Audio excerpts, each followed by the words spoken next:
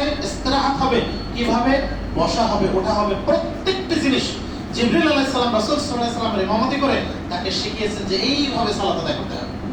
আর ওই সালাত আপনাকে আমাকে রাসূল সাল্লাল্লাহু আলাইহি ওয়াসাল্লাম শেখালেন, সাল্লু কামা রাআইতুমুনি উসাল্লি, সালাত ওইভাবে আদায় করো যেভাবে তোমরা আমাকে আদায় করতে দেখেছো।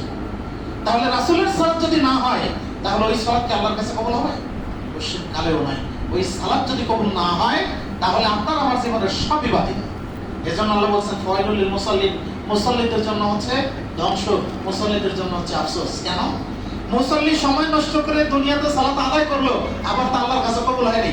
সুতরাং সালাত যেহেতু কবুল হয়নি, পরকালে শাস্তিও পাবে আর দুনিয়ার সময়টাও নষ্ট, তাহলে ইহকালও নষ্ট, পরকালও নষ্ট। তাহলে তার জন্য ধ্বংস হবে না, ধ্বংস কার জন্য হবে, তাই না? সুতরাং আপনাকে আমাকে চিন্তা করতে হবে, আমি যে ইবাদত করছি, আমি যে আমল করছি, এইটা পরিচর্যা, এটা অনুশীলন, এটা বেশি বেশি করে করতে হবে। তাহলে কি হবে? এর মাধ্যমে আমার এক পর্যায়ে আমার সালাতটা ঠিক হয়ে যাবে। আজকে দেখবেন এই মসজিদে যে 200 মুসল্লি থাকে, এই 200 মুসল্লির মধ্যে রুকু করবেন 200 রকম, রফল ইয়াদান করবেন ওটাও 200 রকম, বুকে হাত বাঁধবেন ওটাও বিভিন্ন রকম। তাহলে রাসূল কি এই বিভিন্ন রকম সালাত আমাদের জন্য নিয়ে এসেছেন? না, রাসূল একরকম সালাত নিয়ে এসেছেন। সেই একরকম সালাত পড়ার জন্য আপনার আমার চেষ্টা করা দরকার। দুনিয়াতে ব্যবসা করছেন, দুনিয়াতে কৃষি কাজ করছেন, দুনিয়াতে খামার করছেন, আবাদ করছেন, কত কিছু করছেন, আপনি চাকরি বাকরি করছেন, অথচ এইসব ক্ষেত্রে আপনাকে আমাকে বলে দিতে হয় না। আমি নিজের তাকিদেই ব্যবসাটা কিভাবে বেশি উন্নতির দিকে যাবে, আমার চাকরিতে কিভাবে পদোন্নতি হবে, এগুলো কিন্তু আমাদেরকে বলে দিতে হয় না। আমরা কিন্তু এগুলো নিজের তাকিদেই আমরা শিখে নেই। কার কাছে গেলে জানা যাবে, তার কাছে চলে যাই। কিন্তু যেখানে আমাদের দুর্বলতা সেটা হলো আমাদের এই ইবাদতের জীবনে। ইবাদতের জীবনে দেখছি তো বাপদাদা এইভাবে করছে, আমরা ওইভাবে করি। কিন্তু বাপদাদা যদি ভুল করে থাকে তাহলে সেটাকে সংশোধন করা দরকার নাই। আমার বাপদাদা লেখাপড়া জানতো না, আমি তো এমএ পাস, তাহলে এটা তো কখনো বলি না বাপদাদা লেখাপড়া জানতো না, আমার লেখাপড়া করার কি দরকার, তাই না? বাপদাদা কৃষি কাজ করছে, আরে আমার তাহলে চাকরি বাকরি করে কি লাভ, আমিও কৃষি কাজ করি, এটা তো কেউ বলে না। কিন্তু যে জিনিসটা বলে সেটা ধর্মীয় ক্ষেত্রে, এটা আমাদের সবচেয়ে বড় ভুল।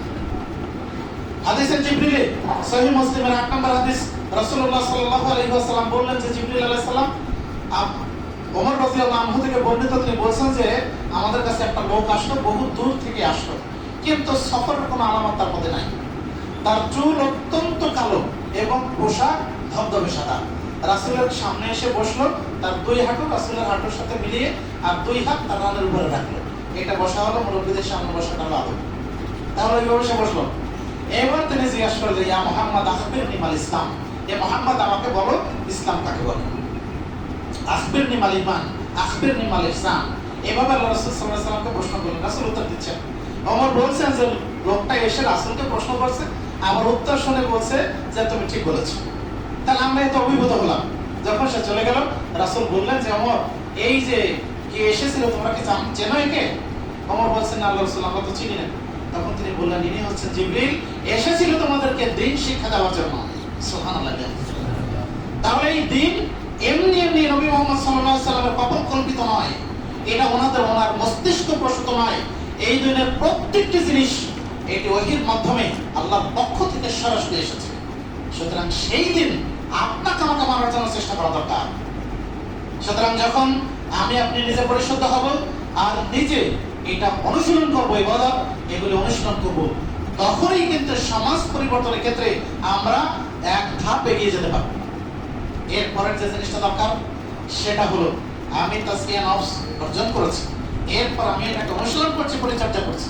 তারপরে যে জিনিসটা দরকার সেটা হলো জিহাদুল জিমাই, আমাকে ঐক্যবদ্ধভাবে কাজ করা দরকার। বিচ্ছিন্নভাবে মানুষকে দাওয়াত দেওয়া যায়, বিচ্ছিন্নভাবে দ্বীন প্রচার করা যায়, বিচ্ছিন্নভাবে ইসলামের কথাগুলি মানুষের কর্ণকুহরে পৌঁছে দেওয়া যায়। কিন্তু কোন আদর্শ এককভাবে একাকী পৌঁছে দেওয়া, একাকী বাস্তবায়ন করা সম্ভব নয়। এজন্য মুহাম্মদ সাল্লাল্লাহু আলাইহি ওয়াসাল্লাম বলেছেন, ইন্নী দাউতু কওমি লাইলা ওয়া নাহারা ফালাম ইয়াজিদহুম দুআই ইল্লা ফিরারা।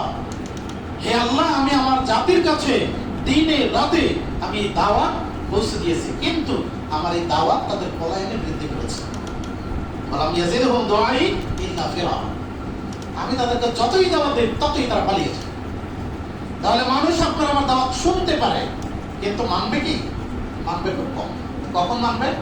যখন তারা ঐক্যবদ্ধ হবে, যখন তারা একতাবদ্ধ থাকবে, তখনই কিন্তু এই দাওয়াত ফলপ্রসূ হয়। রাসূল সাল্লাল্লাহু আলাইহি ওয়াসাল্লাম মক্কি জীবনে 13টা বছর কাটিয়েছেন, 13 বছর। কিন্তু সেখানে মুসলমান কয়জন? আপনি দেখবেন হাতে গোনা কয়েকজন। এমনকি সেখানে হামজার মতো মানুষ যদি